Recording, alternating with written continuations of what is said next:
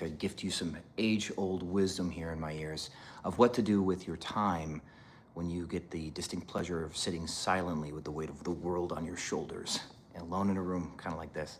I'm habitually alone. Sometimes I think I'm always going to be so. I put myself in positions to be alone on holidays, alone on my birthday, alone on the weekends.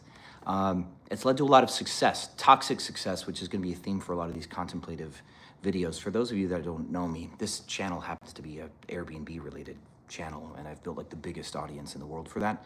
A lot of success, but success at a cost. And I want to be more real and connected with you guys. So here's these videos. When you're alone, you get one choice of what to do with your time. And it's going to fall like dominoes into your future, into things that you're not even in control of anymore. You can either build a whole new version of you or erode away through bad habits and poor decision making. When you are alone, it might be some of the most uncomfortable times that you have. If you're like me, where you're always busy and productive and you fight the stillness because that's when like the big sads come in, or the existential dread comes in, like what am I supposed to do with my day or my life or with existence, or what is my purpose? And I often end up fighting that by trying to stay overoccupied and busy. I'm also ADHD, overfocused, stuff like that.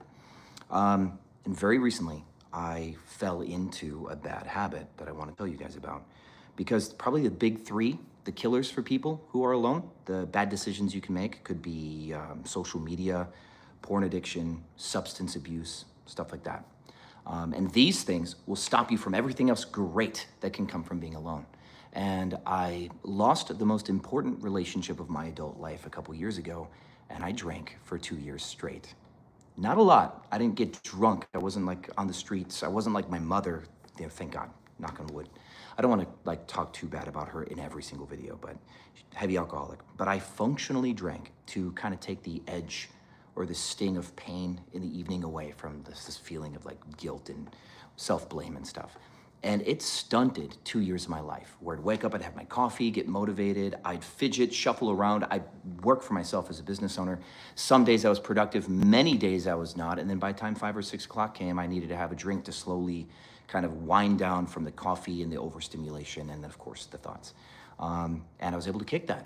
It was very important. And it was so subtle that you could almost not imagine yourself trying to kick that addiction of drink that is just like 1 or 2 drinks a night. But it was profound in its like subtle effects over a long, long period of time. So on one side of being alone, sitting still just like this, you can do something stupid. Like you can be on your phone, on social media. Sorry to catch you guys at a bad time if you're watching this live on social media. Or you can get into other things that just lean on your lack of discipline in order to reframe what like your relationship to self is right now. Like if you reach for substances or porn or social media, you're trying to shift your position to not look completely inward, which is a golden opportunity in these bits of alone time. The one thing that I think I changed the most over the last few years is I've become really contemplative, especially lately, and that's why I'm going to do these live streams with you, is because I can sit still and just look into my brain and start to unpack my trauma and figure my life out. And the power of contemplation might be man's greatest tool, because we're not in control of what happens to us in life. And a lot of us who are habitually alone got here from some sort of trauma, hyper-independence, fear of being a burden on others, fear of being disappointed or let down. Have you ever decided to be alone on your birthday because you just didn't want to be disappointed, that no one showed up for you, no one was there for you, no one actually cares about you on the day that they should care, right? And it's that choice to be alone that could, I mean, I'm gonna run away here already. That choice to be alone is toxic. It was self-preservatory. You're preserving yourself, but it's toxic and it's terrible. And you got there from no fault of your own, is my point about contemplation.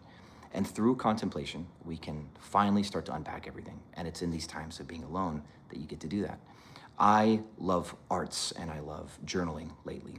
And if I could tell you to do one thing, is instead of opening up Facebook or Instagram or TikTok, open up your notes app and just stare at the floor until a word, singular word, comes to you, and write it. And look at that word and feel what part of your brain wanted to do the talking, and try to start listening to that part of your brain and let it give you a few more words. Let it give you a few more words. Start to develop a loop where you can have a conversation with yourself and start to listen to yourself. And you will start to pour some things out of you that were never there before. And what's great about this is I'm not just talking about unpacking and healing trauma. I'm talking about inspiration. Some of my best work has come from being alone. Some of my worst decisions have come from running from the discomfort of being alone, but some of my best work has come from sitting in a space and going into my mind and recreating myself, recreating like thoughts, having epiphanies. I'm in a way betraying some of my advice to you right now as a business owner. I've chosen to be alone in this room this weekend because I'm renovating this property. It's one of my Airbnb properties, and I need to repaint it and bought this new bed and putting new furniture together. And as an ADHD person, I will do whatever is right in front of me. Some of you guys might relate to this. So if I wasn't in this room, if I didn't lock myself into this apartment this weekend, because I've got 20 other things I could do, I would do these other things. Right, I'd work on content, which I guess I'm doing right now. I'd go to the gym, hang out with my friends, I'd do something else. But since I'm stuck here in this apartment in Dallas, I won't leave until it's done and it's completely painted and the task is out of my hands. Because as an ADHD person, I don't complete stuff. So I'll lock myself away and force myself into loneliness, and I have to earn my way out of it. But the dangers of, like my past over the last couple of years, I would have had a bottle of mezcal on the kitchen counter, probably. And I probably would have had a drink from it by now.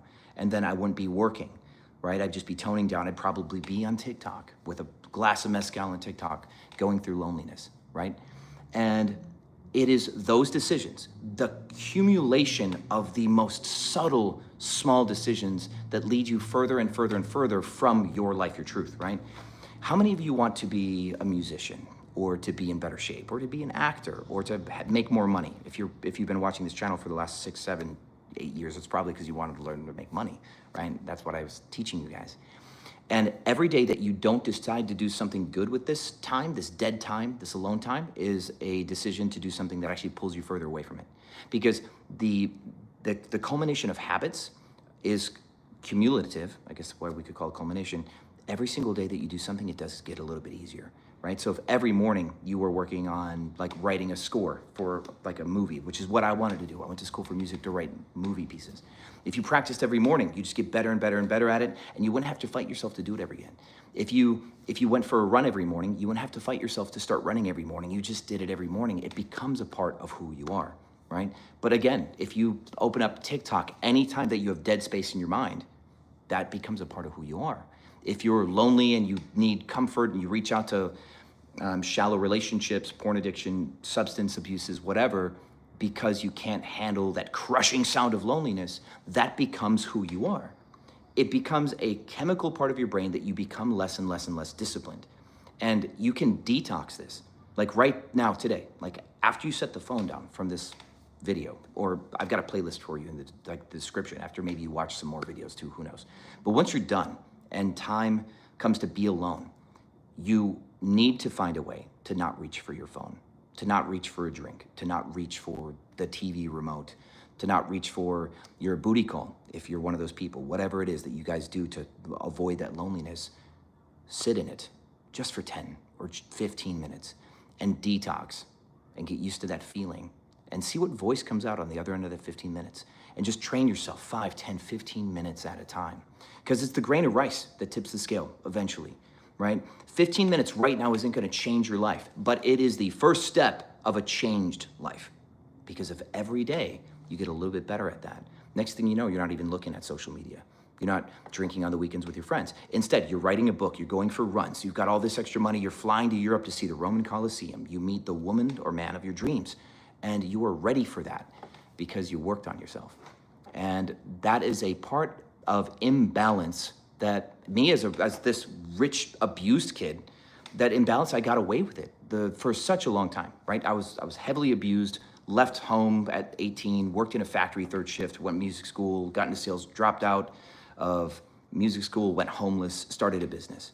And from the point that I started a business, I was the lone wolf. I didn't trust anybody. The only people around me worked for me, relied on me for stuff. They couldn't abandon me. They couldn't hurt me. They could not challenge me.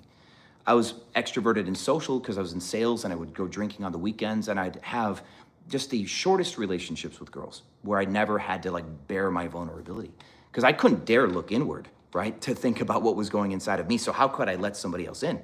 Without that contemplation, I was scared shitless like a little boy of ever letting anybody see me, right? And it was contemplation and being able to sit in this moment of loneliness and not reach for social media that eventually allowed me to unpack enough that I could trust people to let them in, right?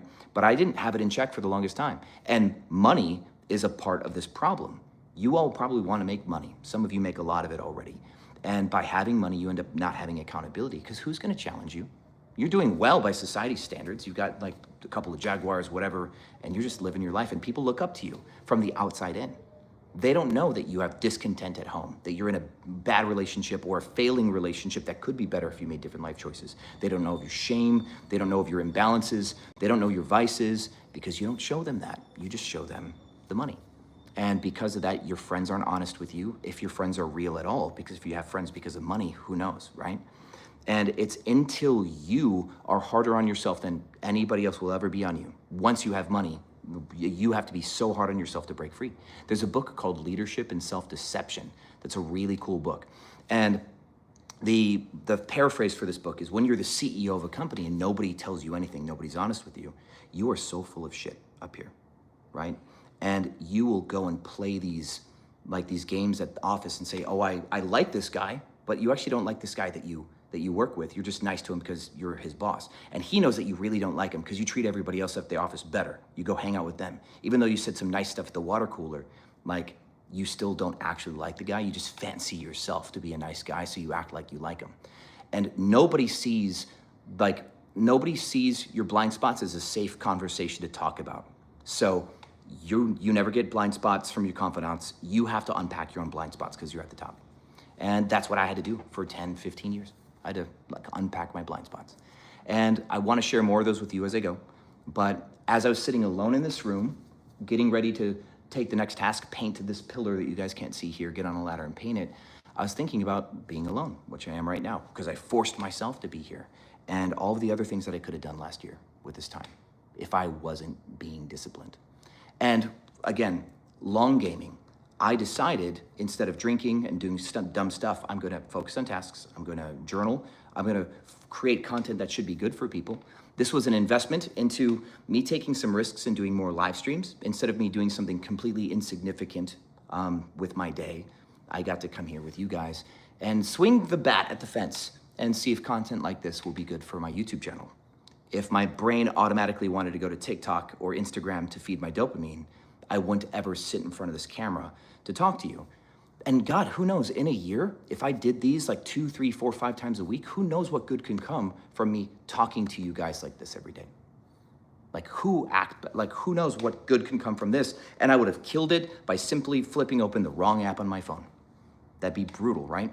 So if you guys have questions on that crushing weight of loneliness or the existential dreads that come from being like me, hyper-independent, ADHD, workaholic for a long time, recovering from trauma, shame, heartbreak, all of it, hit me in the comments and I'll be down there to see you guys. I'm gonna get back to work, but in the description of this video, I've got a playlist that I'm gonna dump some of my videos that are not Airbnb related and some other videos that I think are kind of in that same related bubble that will help you guys continue down this rabbit hole if you find this rabbit hole valuable at all. Love you guys, and I'll see you on the other side.